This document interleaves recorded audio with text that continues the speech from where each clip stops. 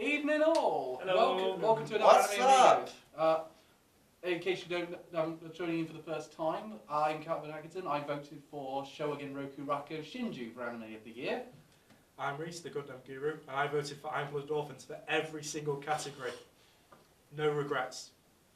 I'm Ren, and I voted for Ancient Manga for Anime of the Year. And I'm also the Shonen guy. I'm Elliot Chapman. I unfortunately voted for My Hero Academia Season 2 for Anime of the Year, and I'm the Seraph of the Year survivor, and we're all going to be fighting to see who is the best with anime knowledge. But the question is, which is better? So only one way to find out. Fight! Come on, I cannot not do that joke. Yeah. Let's go with all the Harry Hill fans that still exist. We see you, all five of you. Steve, I'm looking at you. Hi, Karis! The irony is, I've got I know a taxi driver called Steve who takes me to a lot of places, and he probably will think that's for him. Yeah, my dad's called Steve, so... Yeah. That's His dad, Steve. he doesn't watch his show, no point.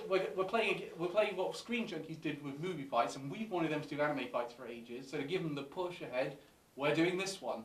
So thank you, Screen Junkies, for giving us the idea. We're very sorry for ripping off your idea. Please don't give a cease and desist on us. Please don't sue us. I am very poor.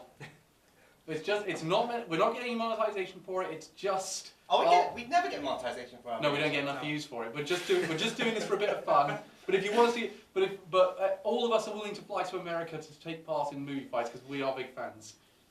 I actually applied for it weirdly last time. Yeah. I didn't make the cut, but I'll try. I'm going to try again. But okay, so if you don't watch movie fights, the rules are simple. We're each going to take part in debate. Well, unlike before, all four of us are competing, but one of us will stay out each round to judge it. It'll be the winner of the previous round will judge the next one, and I'm going to start things off since I had to moderate all the answers, so I know what everyone's got. So it's only fair, and I've informed everyone. And to make sure it's also fair, I've informed everyone of what my answers are, so they can prepare an argument against me. And since I get to prepare an argument against everyone else. One thing I will say and the winner will take, since I don't have time to make a custom belt because me and Ren have been moving house. And also because he's just a complete twit. I'm trying my best. I've been on the phone to BT like 5 times. So I'm trying to get the Wi-Fi sorted, for Christ's sake. BT, if you're watching this is your fault. Yeah, how dare you, BT? We know you sent that engineer on. That was not cool. You didn't ask for that. You know, that's another story for another time. But the winner will take this replica of the NXT Championship, old NXT Championship belt from WWE, declared the Anime Fights champion. So the rules are going to be simple. You're going to have 5 minutes to make your argument. I thought it was like 2, and then we have 5 minutes to debate about it. Yeah, we're going to have 5 minutes to debate after we present our opening arguments, and the winner, after 5 minutes, the winner will be declared by the judge. Although the judge can stop the 5-minute timer if they deem it well. And of course, it's not necessarily, if you're judging it, remember, it's not necessarily what you think you would most like or the most correct answer in your opinion. It's who made the best argument for their answer. So, for example, Ren could pick Zack Snyder for something, and I would completely disagree because he's an idiot. So just instantly lose. But if he made a good argument, I'd say, well, you've kind of convinced me that Zack Snyder might be a good option. However, most likely not. So, with that all said and done, we haven't got much time, so let's begin this thing off. Let's start round 1. I don't know why I did that. I haven't got a bell. And let's not mess with the dog, because the dog is in the room. Okay, ding. round 1, and it's going to be, I'm judging, these 3 will be competing. Your first question is, who should direct... Okay, Warner Brothers did announce, recently it was rumoured online that Warner Brothers had got the license to Attack on Titan, wearing the shirt for that, and that it was going to be a live-action Hollywood movie. Now, unfortunately, this was quashed as being a fake rumour. Fake news. Damn you, Trump. And it actually turns out that this is not happening. In fact, the manga creator had to go online and say, I've no idea where this came from. I've not been in talks with Warner Brothers, but if they want to give me a call. But let's say that we're living in a bizarre universe where that didn't happen. Who should be the director? So we're going to go anti-clockwise. So Reece, you're up first. Okay. Joe Dante, the guy who directed Small Soldiers. Oh, okay. All right, Yeah. that's an interesting choice. So So we know he's got a lot of experience working with miniatures and making huge things and small things look good together. So flip that around, inverse it, bring in a bit of the borrowers, right? So that could be amazing. Because he also works on Gremlins as well, so we know the monster designs could be good for all the different Titans. Because we all saw Gremlins, we all know the kind of behaviours that they exhibit. So imagine applying that to a giant 10-foot tall Titan. Yeah, that's true. Actually. That'd be interesting. Okay, Ren, your option. My pick for the director for the live action was actually Zack Snyder. It was Zack Snyder, but I've since changed my Yeah, mind. the only thing that will be worse is Michael Bay. Oh, damn, it was one of them. It's Sam Raimi, who directed both Spider-Man 1 and Spider-Man 2, and also what was the other series that he did? Evil Dead. Evil Dead, that was it. We know from the first two these are the Tobey Maguire Spider-Man films, so we know from obviously those two films that he has excellent airborne fight choreography, and to be honest, any Spider-Man director would have been good for this one, but particularly in Spider-Man 2, fighting Dr. Octopus, I think some of those scenes were absolutely incredible. Just the scene changes in the pace, and I think the action will be done incredibly well. Elliot, your choice? And for my pick, I chose Frank Darabont, the director of The Mist, Shawshank Redemption, and the first season of The Walking Dead. And the main reason I thought this was because in some of the things I've seen him do, most notably Walking Dead, someone I knew he understood was a sense of dread, and the overall sense of fear and of an overarching threat. And I feel like when it comes to Attack on Titan, a lot of it is to do with the action, but a lot of it is also to show with the dread and the overall power of the Titans themselves. And I think he will, when it comes to like the sense of fear and dread when it comes to these shows, that Frank Darabont will be a good choice. Okay, guys, fight it out. Okay. Going with my point, I think kind of in terms of the action sequences of the films of the directors displayed so far, I think all of them sort of fall short, unfortunately, of the excellent scenes that we've seen portrayed in the first two Spider-Man films. Okay, well, what I think this all needs is a bit of humour. Okay. Because it's all going to be serious. Exactly. Because they can focus on the Titans, they're big, scary, but what about the human characters? We need good character development, as well as a bit of humour, lighten the mood. But Attack on Titan is a serious anime. That's kind of to be expected. Yeah, but we've already had the live-action remake, and that was all serious, and that wasn't that good. So I reckon, focus more on the characters, have the Titans in the background, don't have them as the main focus. Instead, make it a character-driven story. Well, Frank Darabont could actually do that as well. Before he was fired by AMC, the bunch of bastards they are, he was actually planning in Walking Dead Season 2 to do a lot more character devotion, and he does do that as well in the first season actually. Like the focus was mostly on the humans and not just the zombies, but you could still tell the zombies were scary, and that's why I think would be good to apply in this movie. You're not doing too well at this, Ren. Not really. I haven't really got many points on this one, to be honest. I think the one thing that they've not attacked you on, which I'm going to give them a hand, is that you also directed Spider-Man 3.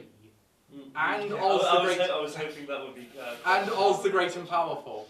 I didn't know he did Oz the Great and Powerful. Yeah, no, I didn't either. No, that is Sam Raimi. Oh. Thanks for jumping on that bandwagon there, guys. But the point is, I'm not going to give them the points for that because they didn't point that out. So you've avoided a bullet there. Yeah. But you're going to have to come up with a creative way to spin that. So you want the guy, again, Sam Raimi married Xena Warrior Princess, Lucy Lawless. No, I didn't know he was married to her. Yeah. Well, that's a point for him. Not Ren. Yes, Just saying. yes, Remy has that point. I'm probably just going to withdraw from this one, so if you guys just want to battle it out. Okay, that leaves you two left. I'm not going to take... So, right, I'm going to stop this one here, because I've picked my winner. Right, Ren, you could have actually won this quite well, because I think Sam Raimi would have been an interesting choice. Yeah. But you didn't put a good argument forward. So that leaves me with Darabont or Joe Dante. Right, I like the idea of Dante. You were doing quite well, but I didn't like the film you were pitching, weirdly. I don't like the fact that Titans are going to be so little of a focus. Well, I didn't say little of the focus, I said in the background. Yeah, but that's In the background doesn't mean less of a focus. yeah, but that's the part of Attack on Titan, the manga that I'm reading that I'm not a fan of. And if we were going to do that film, I wouldn't want Joe Dante directing that. I'd want Frank Darabont over that. So I'm going to give this one to Elliot. Woo! I'm actually surprised I won that one. So Elliot takes the first round. He'll be judging the next round. Alright. So shall I read it? Yeah, you take it. Second question. I'll set up the stopwatch for you in a minute. Okay, so which anime in 2017 didn't receive a single Crunchyroll nomination, deserved one, and for what category? So the Crunchyroll Awards have just been on us. We've seen the results. So this is why we haven't really talked about the Crunchyroll Awards. We're going to talk about our thoughts on it at the end. But so we each could. The rule was simple. We could only name an anime that hadn't received a nomination in any category. So despite the fact that Junior Tyson was very underrepresented, we couldn't pick it. Yeah. Incidentally, just for the record, the judge has to give away what their answer would have been. So last round, my answer would have been Edgar Wright, who directed Shaun of the Dead, Hot Fuzz, Baby Driver, and Scott Pilgrim vs. the World. I think he'd be very good at doing an Attack on Titan film, especially considering these action scenes. So Elliot, you'll be judging this one. We'll go in counterclockwise again. Reece, what was your pick? Well, being the typical mecha guy, I went ID0 for best CGI. It was a Land of the Illustrious that won CGI, didn't it? Yes, it it won won. best CGI. I believe one of the nominees was Kado, the right answer. Wait until we get the... Yeah, and then we have 5 minutes. What's your reasoning for ID0? Because it took everything great about Knights of Sidonia and pushed it further in the term of 3D CGI. In my opinion, it was better than Knights of Magic by a long margin. I don't think I've seen that Sidonia actually. Is that one any good? Yeah, very good. I want to get into more into mecha anime, so. Right, I'm up. I'm going for... so I wasn't allowed to go for World End since Elliot picked it. I picked that For World best End for anime. best score. Best score. You picked the best score. So I went for one which I think really was underwhelming that it wasn't there, which was Food Wars Season 3, not for best continuing series. Like, there was a ton... Food Wars could have been nominated in several categories. This was... Food Wars producing some of its best work this season. I mean, it could have been up for best villain for Erin's father. They could have had so many character nominations. Food Wars producing as good a work as some of the stuff in that list. You could have taken out Detective Conan, you could have taken out All Out, and you could have put Food Wars in there. I don't understand why it wasn't there. So that's my pick. My pick, as probably is unsurprising to everyone here, is Elegant Yokai Apartment for best slice of life, because it was a pretty damn good slice of life. The only things that let it down, unfortunately, were the studio's lack of confidence in the production, because they basically applied nothing to the animation budget. The story was really solid, the characters were interesting, and honestly, it's possibly one of the most chill things to watch. I'd even put it next to Laid Back Camp. I think it's great. Okay, start fighting. Okay. Look, I'm not going to go after ID0 just yet. I've got my argument placed for that one. But with Yokai Apartments, for crying out loud, mate, you're talking about some... It's good. It's a good series, but it's nothing great. I mean, you look at all those anime that was nominated for Best Slice of Life. I wouldn't want to take any of them out and replace it with Elegant Yokai Apartments. I'd much prefer virtually everything else in that category. Don't you dare touch my MMO junkie. Well, okay. What I think that Elegant Yokai Apartments does, in comparison to all the slice of lives, I mean, like MMO junkie, again, I'm not criticising it, but they quite often stick to romance and sort of the relationships between two characters, whereas with Elegant Yokai Apartments, it's dealing with loss, it's dealing with difficult situations that other characters wouldn't necessarily have to deal with. But also the stress of seeing people lose and fall and suffer in different ways, and also trying to help them. But Food Wars Season 3 has all that, and it did it better. Okay, well, to be honest, I haven't seen Food Wars Season 3 or ID0, so I can't argue those points. But I think that, well, I don't know. I think that it took a very unique approach, and although it was 24 episodes, it had a good amount of time to expand on all those relationships. The annoying thing is now I've got to now say that I didn't like ID0 CGI when I did.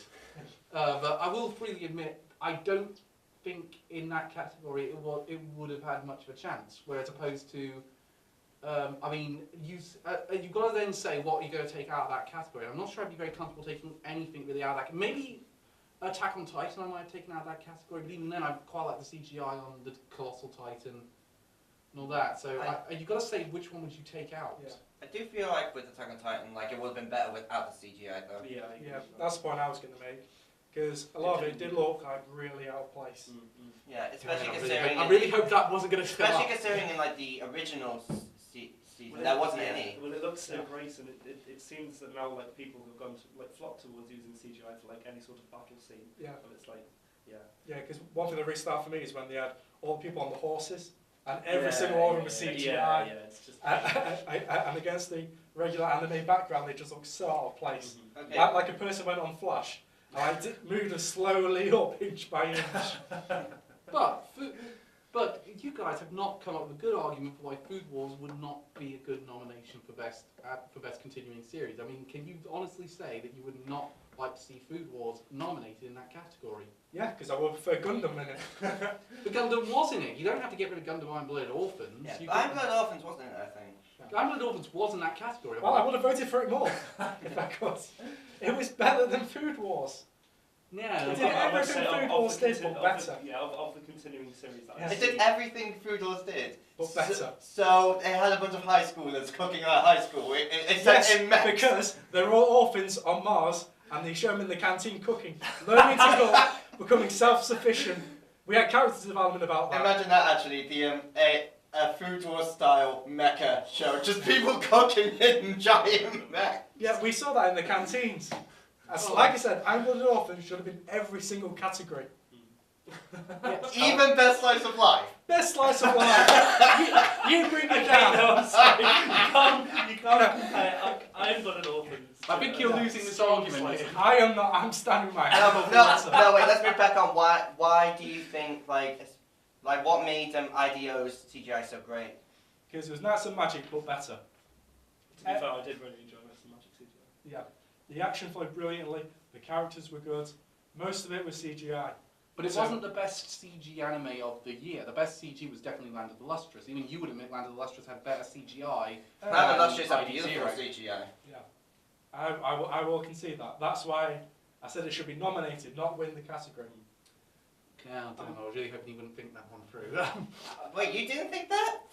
I do. No, I do think Land of the. I do think Land of the Lustrous should have won that category. However, it's a case of should ID0 have been nominated. ID0 was never going to receive that nomination because it was on It was relegated to Netflix, which meant no one saw it at the time. No one was talking about it at the time. To be fair, Fate Apocrypha was put on Netflix. It still received a nomination for Best Yeah. Action. And ID0 was well known in the mecha community. And Little Witch Academia got the nomination. Jam, I didn't think of that one. Yeah. I'm going to say I don't think Elegant Yokai Apartment was a series that was bound by its animation, and I think for that reason, for the reason being that I enjoyed it so much, I think that well, as I just said, What happened in the second half of that anime? What do you mean what happened? I Literally barely- most of the plot.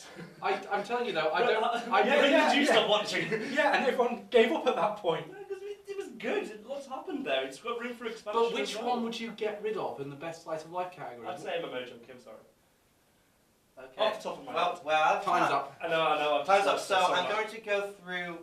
Well, you all did make really good points. I will admit. Like I liked what you said with like a lot of the slice of life going through romance, and that one sort of went on on different things.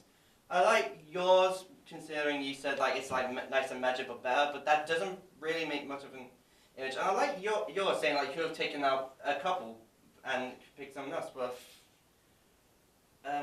well, I'm sorry, man, but you're not the winner. No. Because I feel like a lot of the slice of life stuff that were in it did genuinely deserve the nomination. And Yeah. don't you dare hate No, I on know. my MMO junkie. I was kind of going for a little bit. That means it's down to you and me. And oh, this is actually kind of difficult because Well, firstly. You know what? Because of the point that yes, Attack on Titan probably shouldn't have been nominated for Best CG, I'm gonna go with Reece. Reece wins that one, so it's one apiece for those two. So Reece will be judging the next round. You were very close, Calvin. I will say, I was very sure. in all fairness, Reece did pick a really good argument there. Yeah, I was. Yeah, like you thinking, oh, because it's on Netflix, it wouldn't win. Just like, no, actually. Which is good because Reece is going to pick something that he has a lot of bile for right now. Yes. So, There we go, question 3. What is the worst part of Sword Art Online so far? All right, I'm starting this one out. Then, and my pick for the worst part of Sword Art Online right now is the entirety of the movie ordinal scale. Ordinal scale, because up until this point, you could have said, up until that point, you could have said something nice about Sword Art Online. You could have said something really genuinely there was something that could have been redeemed if it had just had a rewrite. I don't care what you would have done, no amount of rewrites would have fixed ordinal scale. Ordinal scale is a piece of crap, and it's the one thing that's ruined my entire confidence in Sword Art Online going forwards. Hopefully, it'll be fixed in the spring when we get the Gun Girl Online spin-off series, but I don't have any up. But ordinal scales completely ruined my hopes for the series.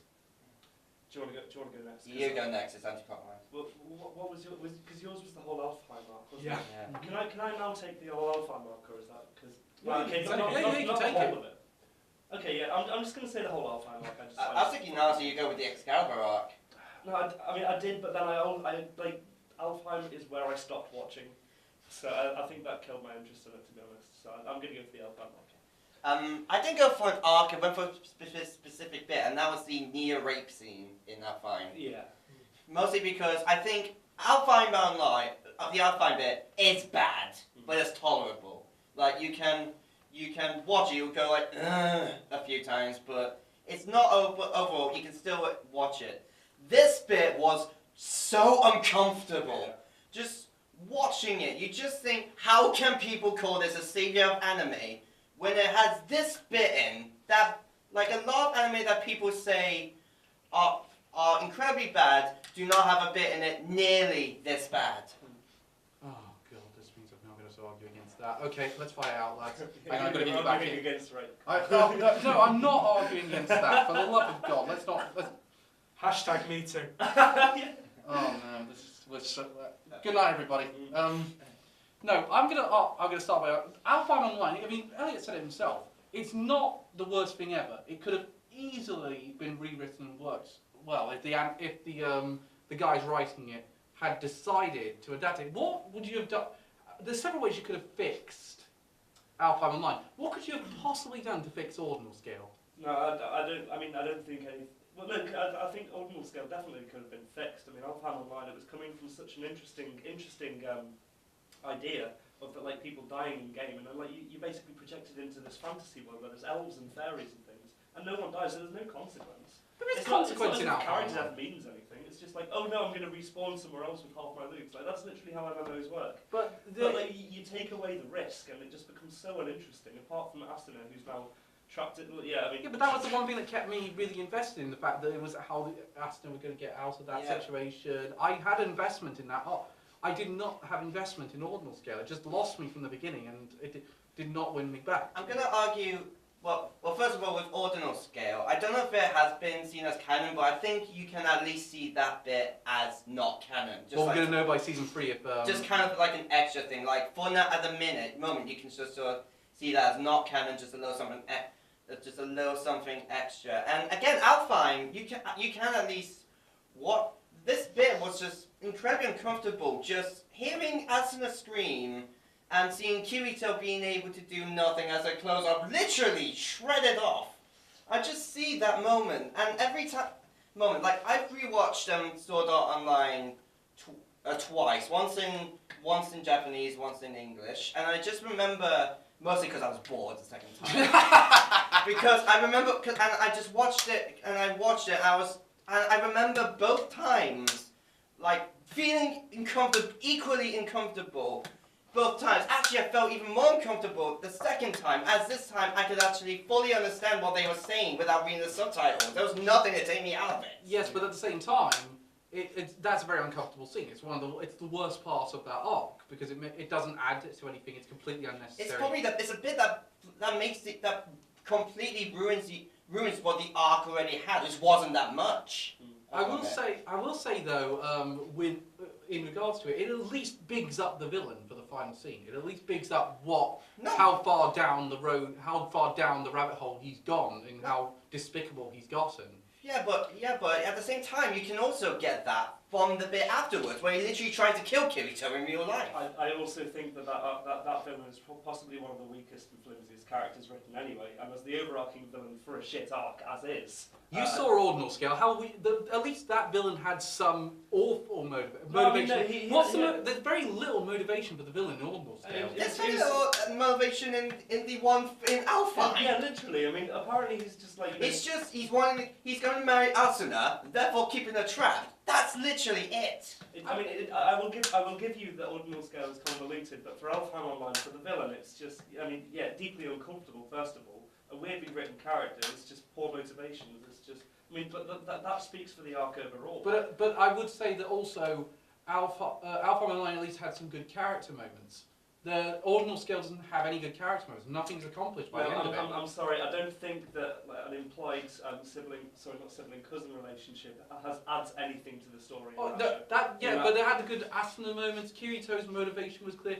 They could have reworked that all to work. They could have reworked the entirety of Ordinal Scale, but they didn't. It's how it. Also, on your argument about the canonicity of it.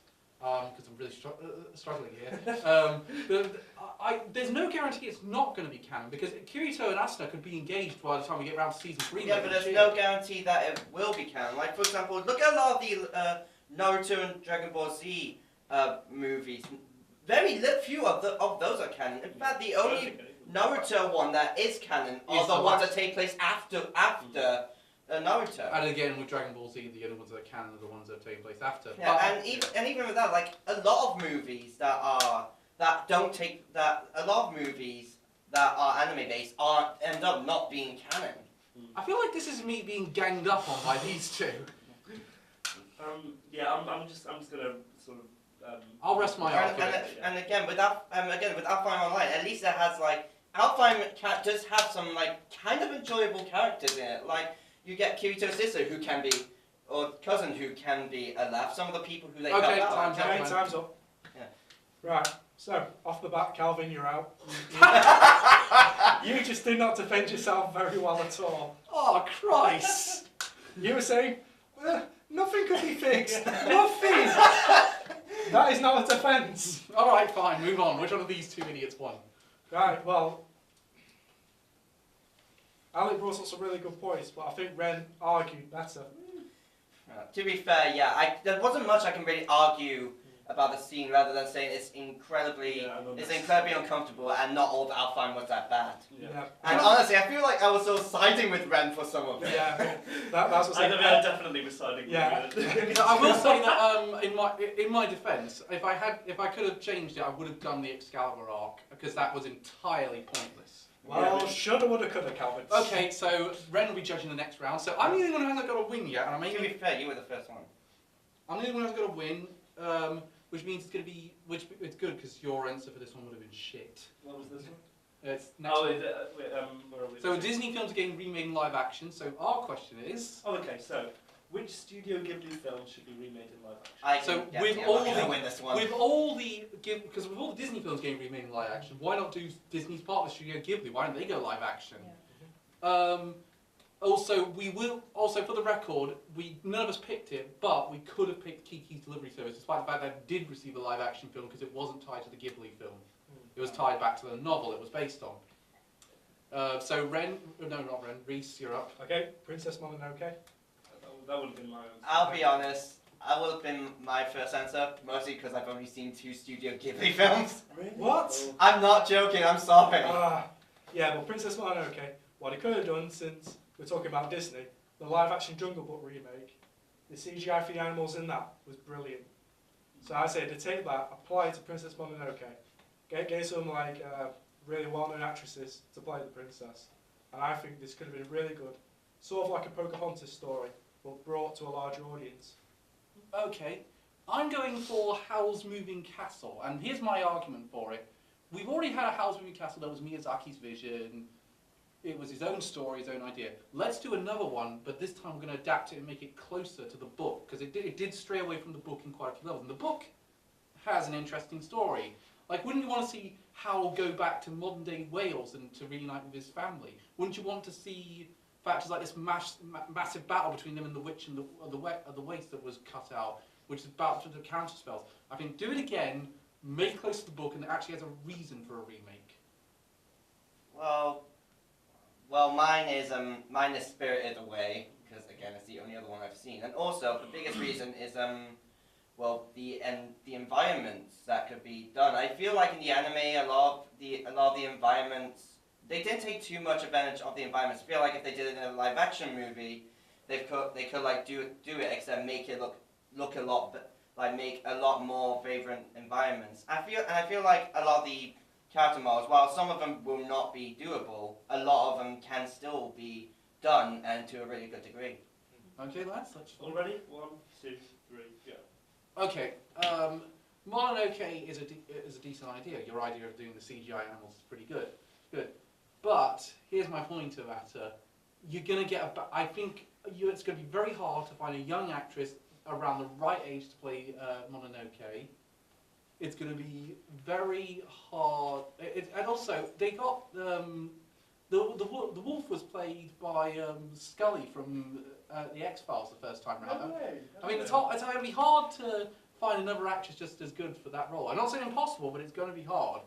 Whereas, again, with Spirited Away, it's damn perfect. There's no need for a remake of Spirited Away. Yeah, honestly, I'm gonna drop out of this one. Okay, it's you and me taking each other. I have no arguments, I'll be honest. It's you and me, right. Okay, the problem with Mononoke is it'd be very hard to make, because a lot of people are complaining about the Jungle Book CGI. Do you want people to complain even more when it comes out? Wait, And what the are they CGI complaining about with that? Yeah, from what I saw, no one complained about it. They all loved it. Yes, but I heard a few people complain about it. Also, it's going to instantly be compared to that movie, and it's going to be very hard to top that movie. Well, isn't the same going to be happening with Howl's Moving Castle? Yeah, but the problem is, Howl's Moving Castle, the live action film, is going to be like no other live action film. Yeah. Whereas Mononoke is going to be like the Jungle Book. It's going to be like the upcoming remake of The Lion King. Yeah, but Howl's Moving Castle, to get that looking good, it's just going to look too bad in the end. It's going to take too much effort. It's going to go over budget to make it look like the anime did. Yeah, but you wouldn't have to replace. You wouldn't need to make it look like an anime because the world of the book is very different to the world of the anime. So you could do all you'd have to do is just a pseudo medieval setting. It's not actually much more about. It's only slightly above Game of Thrones. So it wouldn't take a lot of. So I wouldn't say you need a massive budget to get it looking like the anime because you don't need to make it look like the anime. You need to make it look like the book, which is not going to be too difficult. Which I don't think will be too difficult. Whereas I think the animation, but the budget of the CGI budget of your film is going to be even more expensive. No, I completely disagree. Because look at the budget for Doctor Strange. With the magical effects in that. However, that whole falling through like space and when he's transported. Yeah, but here's the point though. Your film's going to be almost entirely recast. My film's not going to need much money recasting. You possibly could get Christian Bale back to play Howl again. Too old. Yeah. Okay, maybe change him up, but again, you wouldn't have to change Calcifer. He could be played by Billy Crystal again.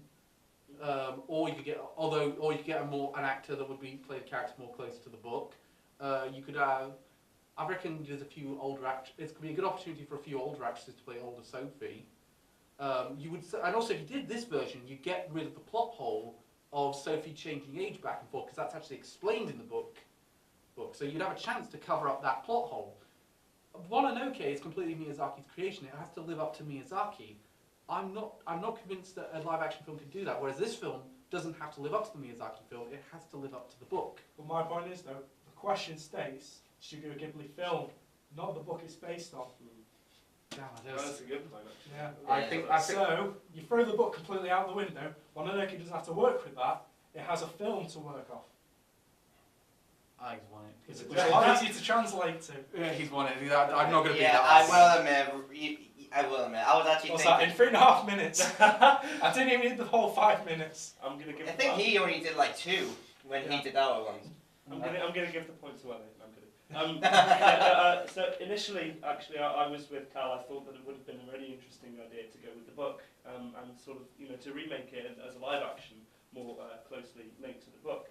But then obviously I think Reece's argument comes. Yeah, I wasn't willing to win when Reece had made that argument. Yeah. So he's going to give the point to me because I didn't fight and fighting is bad. That's true, he's a pacifist. But in addition, I also think that a live action version of Princess Mononoke would be excellent, especially especially at such a crucial time with a lot of people placing a huge amount of emphasis on climate change. That's a huge message. Exactly. People live in, I think. Reece only needs two. Which was going to be my argument going forward. Yeah.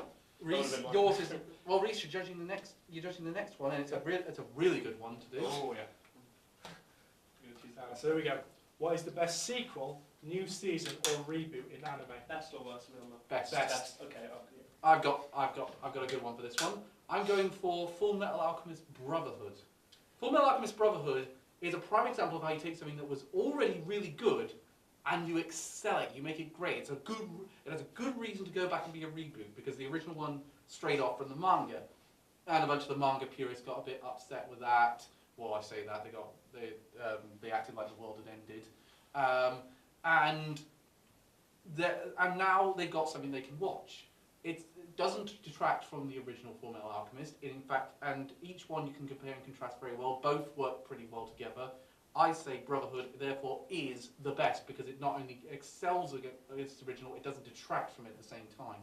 Oh, wait, with the last one, what would you have picked? Oh yeah, what would you? For film, well, I mean, I would have, if Reece was, if I was involved with the last one, sorry, I would have gone for Princess Mononoke initially, but my other one would have been Grave of the Fireflies, because I think that would have delivered a really strong anti-war message, and I think with war films are just very tear-jerky anyway. I think it would be a very high-budget blockbuster. Your pick, the best sequel? So my best sequel, I've picked Dragon Ball Z because it the amount of nostalgia that has just created, and 20 years on from the show actually ending, it's received a sequel, which just speaks of the timeless popularity of the series. People always cosplay as Goku as Vegeta. They're like two of the most iconic characters in anime as a whole, and literally Dragon Ball Z was the thing that brought that to the forefront. So. Mine is My Hero Academia Season 2. Yes, I know, I'm a fanboy, shut up. And a good reason why is because with the first show, it was good. It made a great show, amazing. It presented as one of the best tournament arcs in Hunter x Hunter, and it expanded so much on so many characters, giving them more development and adding more structure to them. It provided a good second half with the Hero Killer Stain, and in just 24 episodes, it's gotten me to 100% fall in love with the show. Okay, time started. Look, the reality of the matter is, I've already written on this one to just point out that my one did not detract from the original. I'd say Dragon Ball Z overshadowed Dragon Ball way too much. But I don't think that that's a criticism. I think that that just speaks to the strength of the sequel over the original, which is what the question is. But the problem I'd say with Dragon Ball Z, you got to admit, Dragon Ball Z, it was way too full of filler. Yes, I agree with that. But the Frieza fight was literally, what was it, 8 hours or something? 4 hours. It was it took 15, got 19 episodes apparently. Yeah, that's 20 chapters in the manga. Yeah, but I still think that irrespective of the amount of filler that was in it, and I know that the whole Garlic, was it Garlic Jr.? The whole Garlic Jr.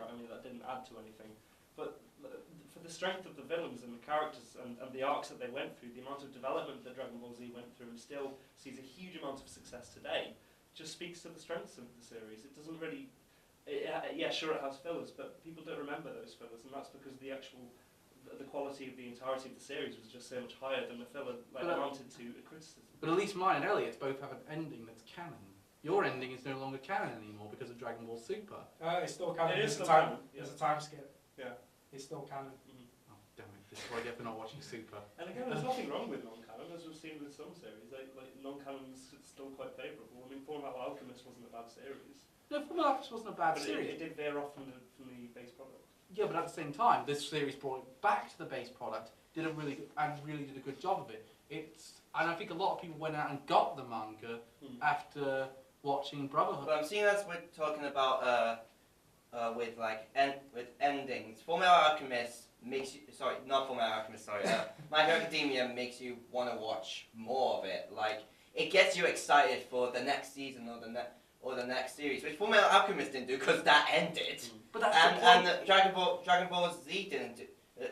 Not entirely sure Dragon Ball Z did that, really. No, again, like Dragon Ball Z sort of, it went into this stasis mode for about 20 years. Oh, no, well, not 20 years. No, it did have GT afterwards, but that was all made non-canon. But exactly, My Hero Academia makes people want to continue watching. It makes them want to see what happens next.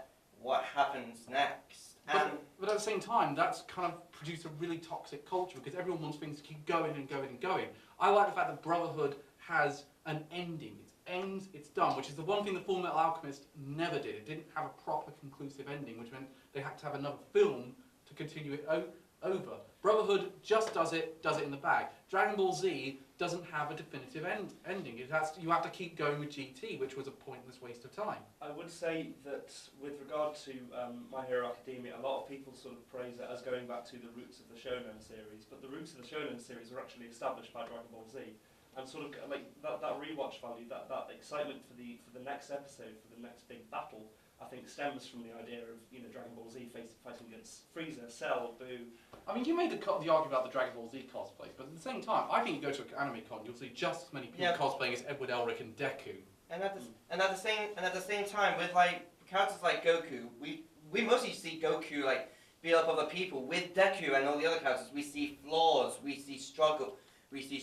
Like with Deku trying to save Todoroki, that was one of the highlights of the series. That was the best fight of the entire series, Deku versus Todoroki. But then you because you see Deku focusing mostly on helping Todoroki, henceforth developing both their characters and making a conclusive fight that was incredibly good. But there were some amazing fight scenes in Brotherhood. You had stuff like Bradley versus Stain.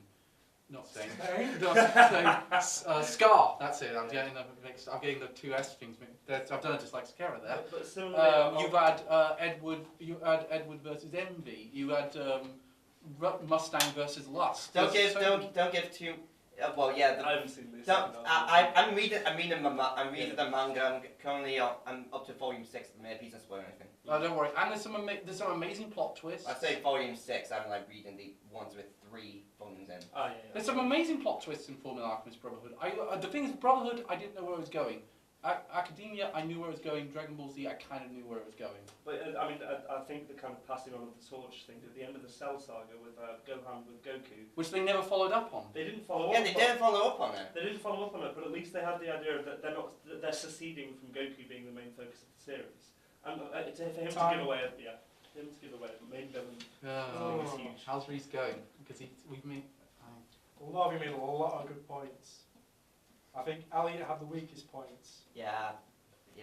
So it's made between Calvin and Ren. I'd say Ren didn't defend himself quite as well as Calvin did. I'll be honest. I was thinking Calvin would win. Plus, you cannot beat Brotherhood You cannot beat Brotherhood. It's the highest rated anime of all time. Yeah. Which means I'm judging again. You finally got a point. Finally got a point. So Reece has got 2. I've got 1. Ren's got 1. Elliot's got 1. So, this will be interesting. If Reece wins this one, he's won it overall, and we can't win, and we can't. We can at least face for second place. Yeah. I will say I won't not give it to Reece on that basis. I'll play as fairly. Okay, so we've done best. We're going to flip it over. What is the worst sequel, new season, or reboot in anime? Reece starts off. Okay, Gundam Seed Destiny. It nearly killed Gundam as a franchise. At that point, it was going over 30 years, going strong. It was mainly a rehash of Seed. Most of it was filler, or flashbacks, or stock footage. If you thought Yu-Gi-Oh! Rage was bad, this has got nothing on Seed Destiny. They play the same animations repeatedly, episode on episode, and also it's one of the times where the producers actually listened to fan feedback to change the show for the worse. Because it was going on for a whole brand new take on its own story with a new main character. Halfway through, fans said, we don't want this, we want the protagonist of Seed back. So they backpedaled, gave into fan demand, and as such, the series suffered as a whole. Okay, Ren, what have you got? I'm really torn between Naruto Shippuden and Boruto, but I'm just going to go with Boruto because it's just the I would not go with Naruto Shippuden, I'll be honest. I would go with Naruto Shippuden. One problem with Naruto Shippuden, to be fair, is that just a filler. Huge amounts of filler. Like, literally. Which one are you going with, Naruto or I'm going with Boruto, because Boruto is still fucking populated by filler. It's like, they're trying to tell a new story and make us interested in new characters, but all they've done is rehash the old ones and then just give them the next generation. It's just so stupid. And then they're still perforating it with filler, like every... Sorry, I'm going to save this for the argument, because I'm already out. Elliot, The one I picked was Soul Eater Not, because I absolutely love the Soul Eater series. It's my favorite. It's my second favorite anime of all time, and this series just nearly completely ruined it for me because it had nothing. Like all the charm and all the charisma that the original Soul Eater had was completely gone and replaced with cutesy girl anime, and it was just completely taken and destroyed everything that the original Soul Eater had, and just I'm gonna say it. Before we start the argument, Reece, what would you pick for your best one again? King of Brace Gal Gaga Final. I think you would never have. You will pick Tokyo Ghoul for this one, right? I would have picked Tokyo Ghoul Retake for this one because it completely killed my interest in the franchise. Yeah. If you want my advice, read the manga. The manga is much better. We'll discuss that when we do Tokyo Ghoul Re in our spring roundup. Yeah. If it doesn't get bought up by Netflix. But anyway, start fighting, guys. Okay. This nearly killed Gundam, as I said before. 30 years of history, right? Done in by one crappy show. But millions of fans disappointed, but again, crying out in anger. But again, most of the technically it's the fans' fault. It sucked them. It's fans' fault. It sucked them, not much the producers. It was the producers because the producers could have ignored them.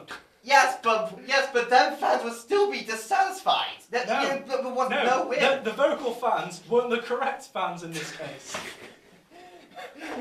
I'm sorry, nothing was as disappointing as Seed Destiny. Help me. Boruto is quite literally just a money grab made by Masashi Kishimoto to try to continue. It's not even Masashi Kishimoto with that, honestly. It's the other lot, because it's the people who actually did, because it's entirely filler. Yeah. Kishimoto starts off with the tuning exam. Yeah, so I don't know why on earth the anime has decided to start off with such a stupid and pointless point. But it's quite literally just people who sponsored Naruto, who produced the series and wanted to go on air. Yeah, but to try and sell, to basically sell. But you cannot admit. Does Boruto Shippuden still feel a little bit like Naruto? No. Well, but really? No. I thought at least did, but this feels nothing like Soul Eater. It takes place in the same world, has some of the same characters. But it is boring, it is annoying, it's just cute, it's just cutesy lolly girls messing around with weapons that turn out to be other people. It's just really... but that has an audience of people who like moe crap. This Seed Destiny alienating Gundam fans. It backpedaled on character development. On the time we had 50 episodes for Seed, 49 for Seed Destiny. That was known... We had to sit through Seed Destiny. If you're fans of the series. Soul Eater Not was like how many episodes? Like 12. It wasn't 49, was it? How? But did you watch the entire thing? Yes! I'm a Gundam fan. Now, girls, calm down. Despite the fact that I love Soul Eater, my second favourite anime of all time. Can I just stop you a second? I'm just going to check how many episodes Soul Eater Not actually was. But despite how much I love Soul Eater, trust me, I love it with a passion. This season, I couldn't even get through 3 episodes. It was just so friggin' awful. I try my best not to swear. You know what? Fuck it. It's so fucking awful. Do you know what? It's actually correct. It is 12 episodes. I thought it was more than that. 12 episodes, and then it's gone. 49 episodes. I'm just going to say that Boruto is intended to be a long-running series, and if by any sort of projection we're estimated to see the same amount as Naruto or Naruto Shippuden, and they're literally just producing the worst budget animation. But they're not even being innovative. But you saw the beginning. You saw the beginning of the first episode. It shows that it can be good. It shows that it will eventually end up becoming good. No, that doesn't work. Okay, I'm stopping this here because this is going too far. I didn't realise what I unleashed here. Oh my god, we're having an actual argument. I'm so sorry, guys. I love you guys. I'm sorry. I'm so sorry. Come on, knock it out. I'm so sorry. There we go. There we go. Tokyo Ghoul Fruit is still right though. I okay, right. I will agree, you had some good points. Soul Eater did not recapture what Soul Eater had given us. Thank you. Boruto is a very bad example of how you can continue with Naruto, and I really worry about it being a long-term series, although I don't think it is going to be, because I think it's going to end after 52 episodes. And I don't think there'll be enough fan interest to keep it going. It's pretty much on episode 50 right now, and like there's no sign, there's no end in sight. Okay, Whatsoever. bring me The back manga's a not little going bit. anyway. You have to apologise to the neighbours after See, this. I think the one thing with yours is, I think you would have lost this if these two had pointed out that Gundam didn't end. It did continue, and it's stronger than ever now, thanks to series like Iron Blooded Orphans and all that. But you had such an impassioned case, you did such a good job arguing your point. I'm going to give you the belt right now because you have won this thing. Thank you very much, I shall treasure this. So now it leaves you to judge which one of us will, whether all, I was thinking this would be the one I will win. I guess it's... because we had, I'm going to give you the belt because you definitely deserve it. Why did I not think of that though? Yeah, that's a good point. One of us can only get 2, but all of us are on 1 point. Only one of us can get a second point. So it's time to decide who came second and who will challenge, who's going to get to challenge main challenge on Reece next time. So, Reece, what's our argument here? Okay. Which My Hero Academia side character is most deserving of a spin-off manga? Can I just say when I devised this question, I was unaware there was a My Hero Academia character spin-off actually coming out. Yeah. And remember, the character must be introduced in the anime. So we couldn't have anyone that's been introduced in the manga so far, or... Has anyone been read the manga though? I have. I haven't. I have, but I haven't gone further than the series, because I'm inside collecting it so that in case they decide to end. Okay, there's a simple one here. So overpowered up from the last one. You two will not be able to win this one because I'm going with Todoroki should have the manga. Now here's the reason why. When are you going to set this manga? I'm not going to set it after school. I'm not going to set after he graduates. I'm going to set it when he has done that. We saw he went on that internship with his father, but we didn't see much outside of him rushing to see Hero Killer Stain. What if he got into a massive adventure in that time? It begins when he starts that internship, and it ends just as he's about to fight Stain. On the other hand, though, you could do that with literally any other character. But there's a point, though. Todoroki has a ton of development with his father, with his relationship with his family, with all that. This is something we could really do. This could be really interesting. We could really get a dive into his character. I'm sorry, but Ren's up next. I think Stain origin story. I think sort of delving into the character and his motivations as to why he's such a committed hero killer would be really interesting to find out. We already know that he looks, visually very cool. That he's a very driven man, but we don't know very much about him. And I don't know the direction of the manga. They may even try and cover this. But I just feel as though he would be really interesting. Yeah, don't show us down in the comment section. None of us have read the manga beyond Yeah. where the series has gone. don't do spoilers, please. If you do spoilers, all of you will lose permission in stroking my dog. Yeah. And that's not Very unusual. Listen. Okay. Well, mostly. Elliot, you're up. Who's your character? I'm sorry, but I think you guys have lost. I think the closest one to winning is Ren, but I'm gonna go with All Might. Because we all know that he's the ultimate hero. He's the biggest hero, but you want to wonder. So I want to know why. It's not going to be the same thing as I know it would sound like it would be the same thing as Deku, but it's not going to be that. It will be like when he mostly has his powers, but we sort of figure out how he became and how he ended up how his powers began to fade. That sort of thing. That's cool. And the manga will end at the beginning of My Hero Academia. Alright, let's go. Time start. Okay, here we go. Here are our thoughts. Here's the thoughts. Todoroki actually has to make some decent character development. I'm not certain the manga or the anime is going to have time to get all that out. It's going to have time to get out All Might's character development. He's going to have a massive character. I reckon he's going to have a massive character development as the show goes on.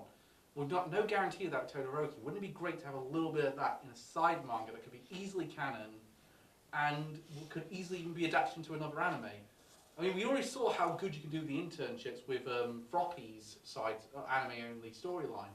Why not do that? Why not do a whole thing with Todoroki? You could do I reckon you could do a whole massive thing with him and his father for 5 volumes. I would argue.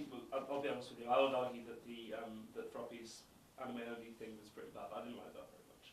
I thought it was okay. Yeah, I liked it. When it comes to filler. Yeah, I mean, in terms of filler, it's better than the average standard, but I don't think it was great in any case. I Look think, at Reece, he's sitting on his little high castle like, I am the king. I think with Stain, I think if initially maybe he was painted as an anti-hero, as a hero initially, you know, having gone through one of the academies or something and then like gone into the, ideally started work as a hero but then seemed like the cruel, vicious underbelly of society, and then turned his morality upside down, Yeah, but making him... the fact of the matter is, Stain is a villain. You don't want to learn too much about the villain. Well, I would disagree. I mean, what is most wrong with Rob Zombie's version of Halloween? We learn too much about Michael Myers. Well, here's the thing. Here's the thing with against Todoroki. With Todoroki's one, it will probably just be like a filler show. It probably won't like bring much to it. Yeah, it can add in a bit of character development, but I think we've gotten quite a bit in the tournament arc, and honestly, I think we've gotten like enough for it to feel like it's enough. Yeah. Meanwhile with All Might, we know very little about him, and plus, it's not just a side thing. It's going into his past and how he became this big But All hero. Might is already a borderline main character. So you could easily, but the fact of the matter is, Todoroki proved with that tournament arc, he could be a main character. He won an anime award for Best Boy. I would argue that the relationship that he has with his father wouldn't really make for interesting watching. If you're basically seeing an abusive father stuck with his son for the next, for a 5-episode or a 6-episode series or something, I don't think you would really. I don't even know if it will be even be that abusive. I think it'll just be kind of bland, like you know those Naruto ones where basically fillers where he goes Spoiler alert for Naruto. where it's just basic spoiler for the Naruto fillers, which will likely skip. They basically just like all they really do is like go to different places, a different episode, do a scenario, and that's it. Nothing changes. I feel like the Todoroki one will be like that, and I agree with Calvin when it comes to Stain. Yeah. When it comes to Stain, it's probably better to not. The less we know, because Stain is threatening as he is. What makes a villain threatening is not knowing what he's about. Not knowing too much. So Whereas, I would argue the other side though. I would say, for example, Dio in JoJo's Bizarre Adventure, we just know that he, as probably one of the most quintessential villains in anime, we know all about his backstory. We know him intricately. It's that knowledge that makes us understand those moments better. I also think. Yeah, but the thing is, Dio, he's not as threatening as Stain. And Stain... I would argue the other side of that very much. You're trying to argue against JoJo against Ren. That's not a brilliant idea. But again, with All Might, there's so much you can you can do. You can have like another big villain, probably even bigger than the League of Villains. All for one, maybe. Like having him try to find the All for One. Maybe even having him have like a fight or two against the All for One. It could be more like sort of an investigative one rather than action. There's so much you can do with with All Might. And hell, would you with all the teachers as well? Would you not like want to see all the teachers when they were in their prime, when they were getting big as well? I would argue with the All Might one. But there's no guarantee that he knows all those teachers, that they were all involved in that big uprising. Yeah, Some of them were not that long ago. I would like to say. Yeah, but like the ones that were long ago, who probably helped him in like. Wouldn't it be great to see sort of Todoroki's father get some development? Like he's not just like it turns out he's not just this boorish arsehole. No, he is. We've seen him. No, we got another backstory with him saying that he basically just had Todoroki to surpass All Might. That's pretty much most of the backstory we really need. You know he's been second place. But you could have a fight between Todoroki and his father. That would be amazing to see. But it wouldn't amount to anything because they're both still alive. Afterwards. All Might's story would literally mimic Deku's, I think. Thank you. I just wanted to get that in. Can I just, as I said before though, it wouldn't mimic Deku's. It would be after he was out of the school. Okay, we gotta sum up. Right. Elliot was good, but points across, but I felt they weren't as good as Ren and Calvin's. Seriously. Aww. You also didn't defend yourself very well. And the points you made really didn't lead anywhere. Right? Talking about the other teachers and in their prime, that wasn't part of the question. It was which singular character. Yeah, but I was mostly talking about All Might though, wasn't I? Yeah, but Okay, which one of us two won this then? Oh. I told you I was bad. You got a win, didn't you? Yeah, you I'm got surprised one, you even got that. That was the one I was planning to lose as well. It was this one and the worst one I was planning on thinking I would win. Right, so between Calvin and Ren.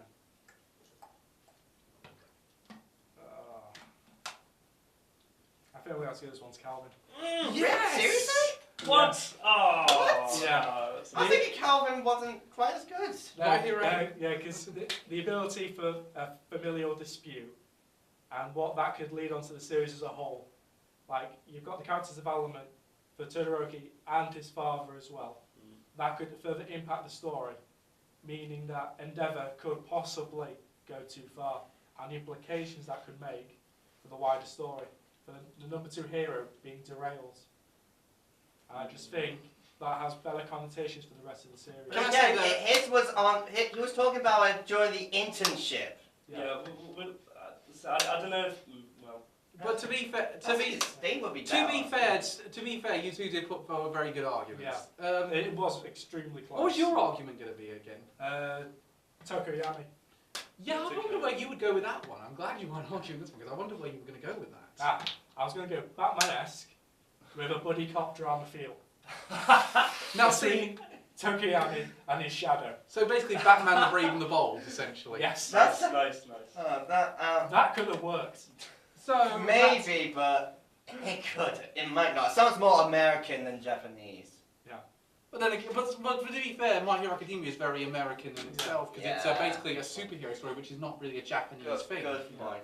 So, with all that being said, it's time to move on to our other subject for today, our thoughts on the Crunchyroll Awards. So, we've already touched a bit on what we felt should have received some nominations. Me and Elliot are very disappointed we didn't see the nominations for A World End, which was the only one. Which is the only one of our 4 nominees for Anime of the Year that did not receive any nominations. Because it's trash. Like, seriously, why are me and Calvin the only people who love this show? To be fair, in their defence on this one, it did receive a lot of nominations at the Anime Trending Awards. It just didn't win anything. Yeah. Probably to the Also, But to be fair, Ren, in our defence on that end, that meant it got a lot of votes throughout its also, I area. think another good reason, now that I think about it, is that it came out in spring. Spring was like the hype of sequels. Like My Hero Academia, Attack on Titan. Yeah, that's true actually. Still trash. Whatever else came out last season. So let's go through the list, see what won virtually every category, see how we feel. Best CGI went to Land of the Lustrous. How do we feel about that? I'm happy with that. Yeah, I'm happy with it. It was beautiful. Did it? Okay, which one of us actually voted for that one? I voted for Cardo, but that's because I was probably the only one who watched. And I voted for Untitled Orphans under the other category. I cannot remember. I think under the other category I might have went for Nice and Magic.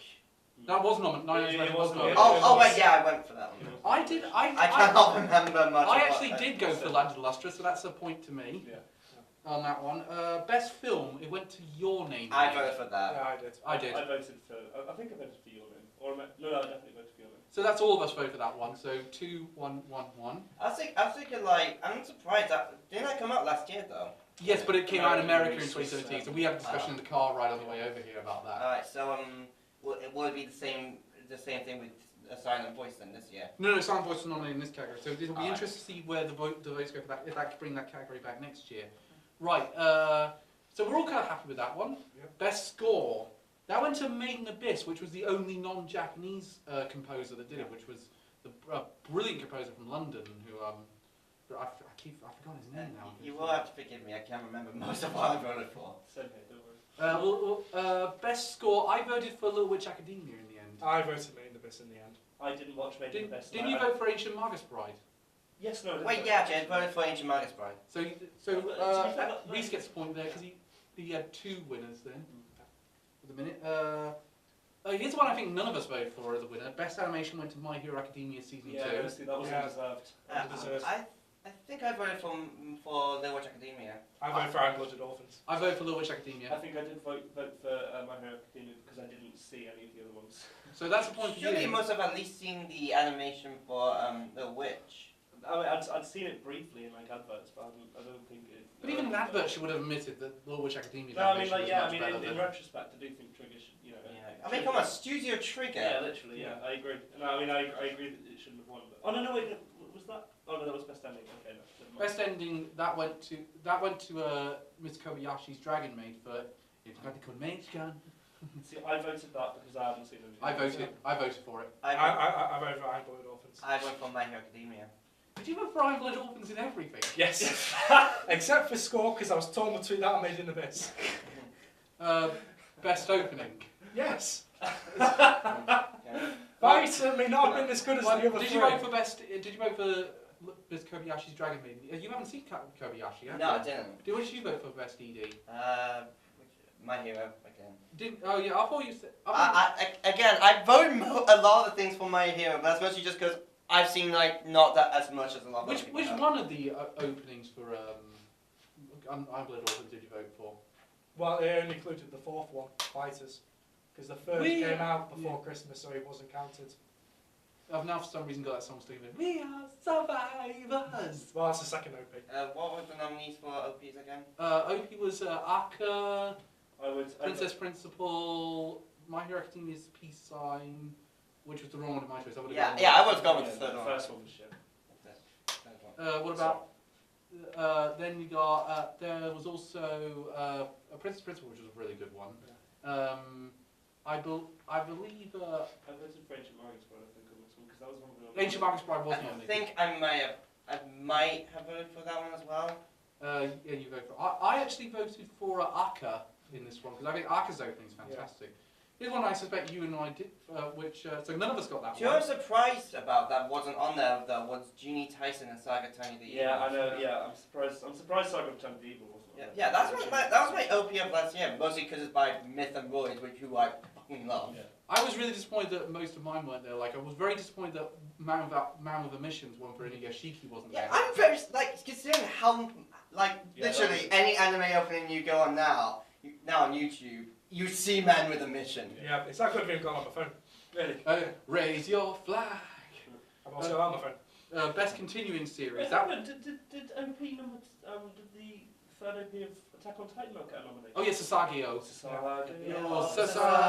Sasageo. Which is a very good. Which That was very, yeah. it's a very good I one. probably should have voted for that. None of us are very happy with Peace Sign taking it. No. It's not even the best opening of My Hero Academia season 2. If you ask me, it's the weakest of all the OPs. It is, yeah. I mean, I was also disappointed that Eccentric Family 2's opening did not get a nomination because that was fantastic. Best continuing series. Now that went to the show that's thankfully from the day of recording is coming back on Saturday. So me and Reece are going to be very happy with that. You like in April. Sorry, no, March comes March like a lie. Like a I was lie. thinking of 2 months. Both are tearjerkers, but they're for different reasons. Did you vote for March, Reece? No, You voted got on Iron Blood Orphans that was actually nominated, yes. Yeah, because it was so good. I can't remember actually. There was March Come Like a Lion, there was Naruto Shippuden, Dragon Ball Super, I think I voted for Naruto Shippuden mostly because that's the only one I saw. I think I voted Plus- for it. Plus, I think that was when the final fight against Kaguya was happening, which was actually a really good fight. and you went for Dragon Ball Super. I went for March Comes Like a Lion, so that's a point for me. But I thought that all of them that was a really great one to go for. I'm really glad it won. Best Slice of Life. One that none of us voted for, but I think at least I knew I watched and enjoyed it. Girls Last Tour. I'm very surprised. I didn't think there was much slice of life. It is still a slice of life. There's no real ongoing plot. It's just about these two girls living in the apocalypse. I essentially. voted for MMO Junkie. You voted for MMO Junkie? I voted for Gundam. Gundam wasn't even on there. It should have been. Why did you put in the other? Did you wait on every one that he was on? Did you put in other Gundam? Everyone except for Score, because I did go Made in Abyss. There is. Who the hell here is voting for Gundam? It's just wow. me. Refresh. You To moron. be honest. Okay, moving on. To be honest, which for one a did you vote for? laugh, and everyone at what point was voting. Did you go for the other and go for Elliot and Yokai? No, I voted for MMO Junkie. I voted for Interview with Monster Girls. Wait, wait, wasn't Dragon Maid on there? Dragon Maid wasn't actually. No, was actually, but I'm I can't. surprised that one didn't win. Yeah, 7. That was another one example where I'm very surprised with it. But But still, I'll be honest. If no, you I- did if not I- vote for. No, you did not vote for Gundam in this category. You did not vote for Gundam for best comedy, did you? Yeah, I did. I'll be honest. For laughing everyone, I probably would have gone with King's Game. I did go for this just for the comeuppance of the villain. Just best boy, victim number 3. Okay, comedy. So, which one did you vote for? I think I went with MMO Junkie again. If that was that on one of them? I believe it was up for best comedy. Yeah. I did not go for Maid Dragon. Surprisingly, did you go? For I went for Maid. So that's one for you. So you've got 3 winners Yeah, I picked so can't far. remember. I voted for Konosuba 2. I'm very surprised that Konosuba 2 did not win this. Konosuba 2 was just so funny. Best drama. Well, we know where you voted. Yeah. I'm afraid I voted for Ancient Magus, but it's Which the was only your one winner? I saw. I voted for. What were the other nominees? There was Shogun Roku Raku Shinju Season 2. Which I'm guessing you voted for. I did vote for that. I'm very disappointed it did not win. I believe Little Witch Academia, Made in Abyss. I think. Wait, Little Witch Academia for drama? Yeah, it was nominated for best drama. I believe it was nominated for best drama. I actually can't pick up the nominees, unfortunately. That's a Ancient Magus for me, I think. Okay, so that's 2 winners for you two. So you've picked 4 winners. You picked 3. I've picked 3 at this point. And I picked 1. Because you keep going for Gundam. You mecha boy. Because it's the best show! That was not. I would say, to be fair, it's not. That's not really an insult to someone saying Yeah. mecha boy. That's a bit like some. That's a bit like saying, "Oh, you card player, you." Guilty. Oh dear, you mean that sound like you're Alcoholics Anonymous? Wow. Best action. Now, this one that Iron Blood Orphans 2 was nominated in. And obviously you vote for that. Of course. Well, I think I went for. I can't remember. I voted for Academia Season 2 in this one. I think I voted for Academia actually. I think. I can't remember if I did Attack on Titan or My Hero. Actually, Attack on Titan was nominated, but I think with this one, I do think Academia. No, I think I actually did vote Academia anyway. Yeah. Academia was nominated. I did vote for Academia as well, but that was the one time I thought like it really did deserve the nomination Yeah, because it was rather the best villain. Now I voted for Did Stain win? Stain won. Yeah. Oh, wait, who else was there? Because I Uh, know There was Carter Phillips was on there. Caterpillars from Ancient Magus Bride. Usagi from Juni Tyson. That's right, I voted for Rabbit, yeah. Yes, How did yeah, same. Stain win? Same. Oh wait. Thanks, Oh, James. same. Though I will admit I was incredibly close to vote for Tanya. I went for Hero from Inuyashiki, who really should have won this one. Which one did you go for, Reece? Iron Blood Orphans. Which villain did you pick from Iron Blood Orphans? What's his name? The guy who showed up at the end, he was just a massive dick. Yeah, but that's the point. He just showed up at the end. Yeah, and he was still a massive dick. Okay, fine. I'll give you that one. Wait, what was Erin's father a? No, it wasn't a nominee. Yeah. I don't get why. I thought it was a good. Yeah, no, Erin's father was another. That was another example. I was going to say him for best villain in my argument. Geez, yeah, I forgot that. Three Doors did. Best hero. That went to Deku, 2nd year in a row. So you obviously voted for Mikazuki. Mikazuki. I don't think I can't remember who I voted for. I think I might have voted for Deku. I voted for Akko from Little Witch Academia. Do you remember the other nominees? I remember there was Akko, there was Chisei, there was what's the Was other- Chisei a hero? I don't think she was. I know she was a main Yeah, character, but one not of the much ones of a from, hero. the girl who gives up her. I'm not saying that. I don't want to spoil Made in Abyss. What's the name of Made in Abyss again? The bunny girl. Yeah, Bunny Girl. She was nominated. Well, a very good choice. Naka something. Nakasuki, that's it. it. Nakasuki was nominated. I mean, out of all those, I would have said one of the ones from Yuki Yuno is a hero as well got a nomination. Best manga. This is the one that none of us voted on. No, I think in the others I might have gone for Tokyo Ghoul, but that's just because that's the only one I I'm read. going to put One Punch Man. The winner was. There really wasn't. Osama game. The winner was. There's no manga though. I don't care. I'm writing it now. The winner for best manga was My Lesbian Experience of Loneliness, Bloody hell.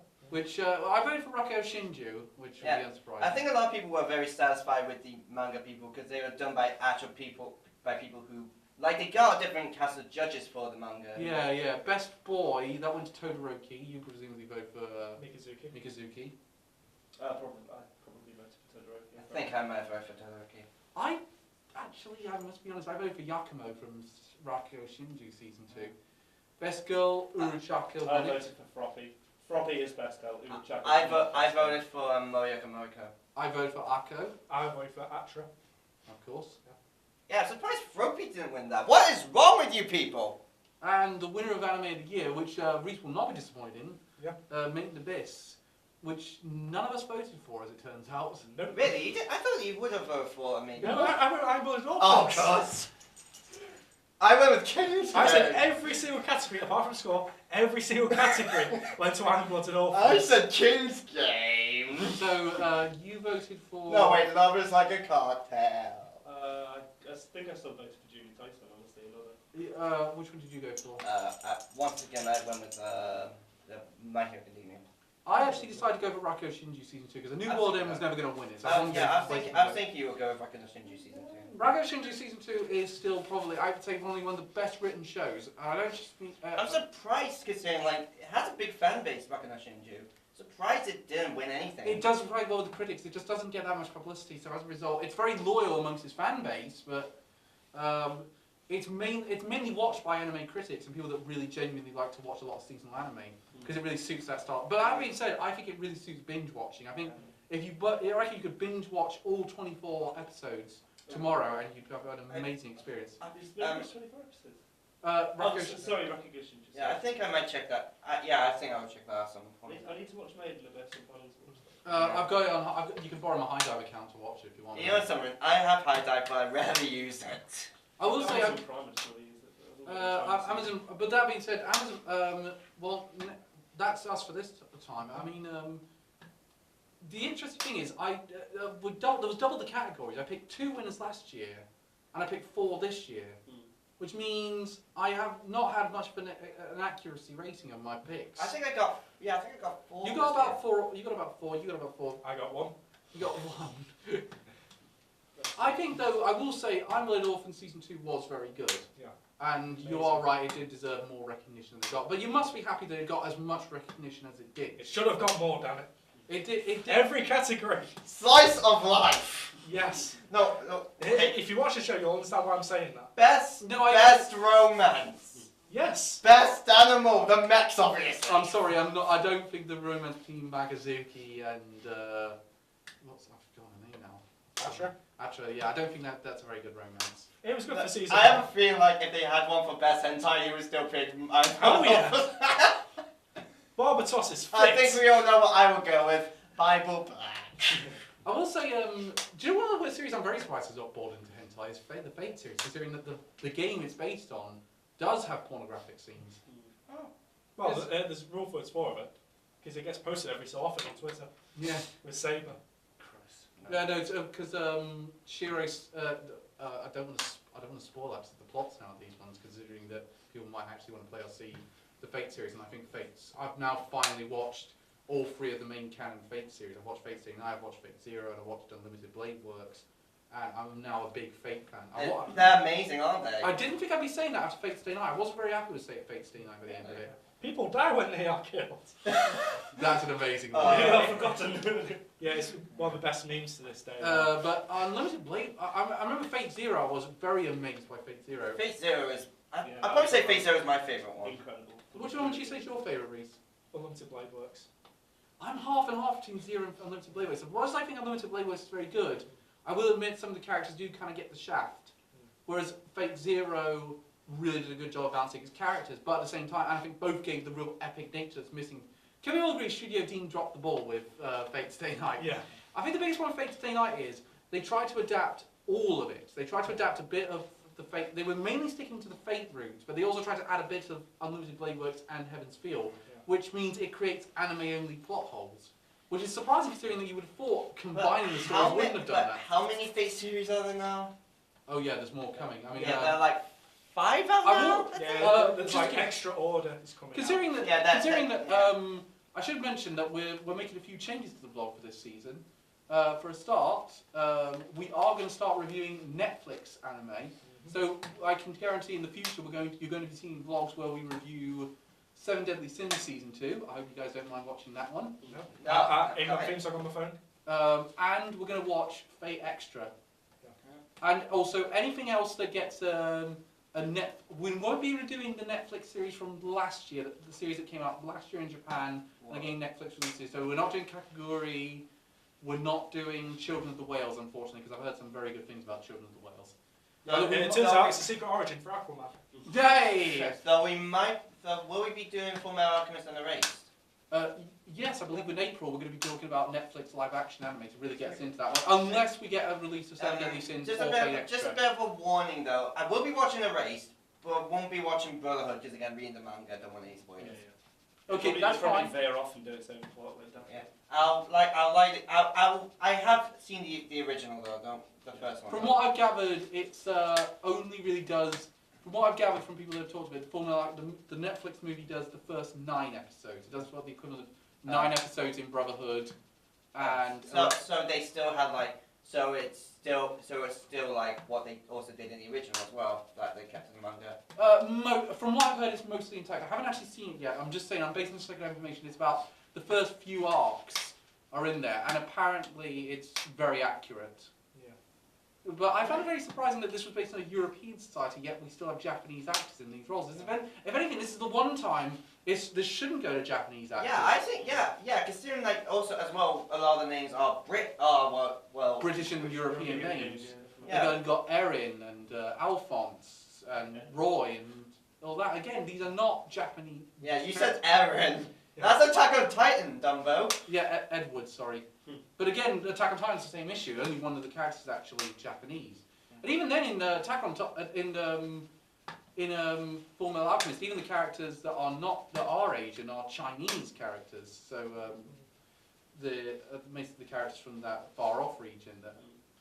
Yeah, I really need to get back to reading Full Metal Alchemist. But I'm focusing on Tokyo Ghoul mostly. I've got Brotherhood on Blu-ray, so. Also, well, next time we are doing. I'll be reading the manga. So. Well, next time we are doing our picks for the best anime of the winter season. We're going to be doing our usual roundup. We're adding new categories, so we'll be doing our best holdover, our biggest disappointment, our best female character, and our best male character. On top of all the characters the categories we've done so far, so best OP, best ED, biggest surprise, best sequel, and best original. So, and for the first time, and this year, sequels can win anime of the season. So we're going to add this time round. We're going to add also another rule. Each of us at the end of the year get to put our personal choice for anime of the year. So we'll have 8 nominees at the end of the year. So guarantee you're going to have at least one Gundam series there. Yes. Which one is coming out this year? So there you go. It's already sorted. And maybe one Fate. I have no idea. We do have Fate. We'll Fate Extra. Which I haven't got around to watching. But yet. again, just a quick question. Do you know if this Fate is canon or like apocrypha? It's an alternate universe. Oh, so like apocrypha. Yeah, It's based on game. it's based on a PSP, which got ported to the PSP. Yeah. It's very much in its own universe thing. Yeah.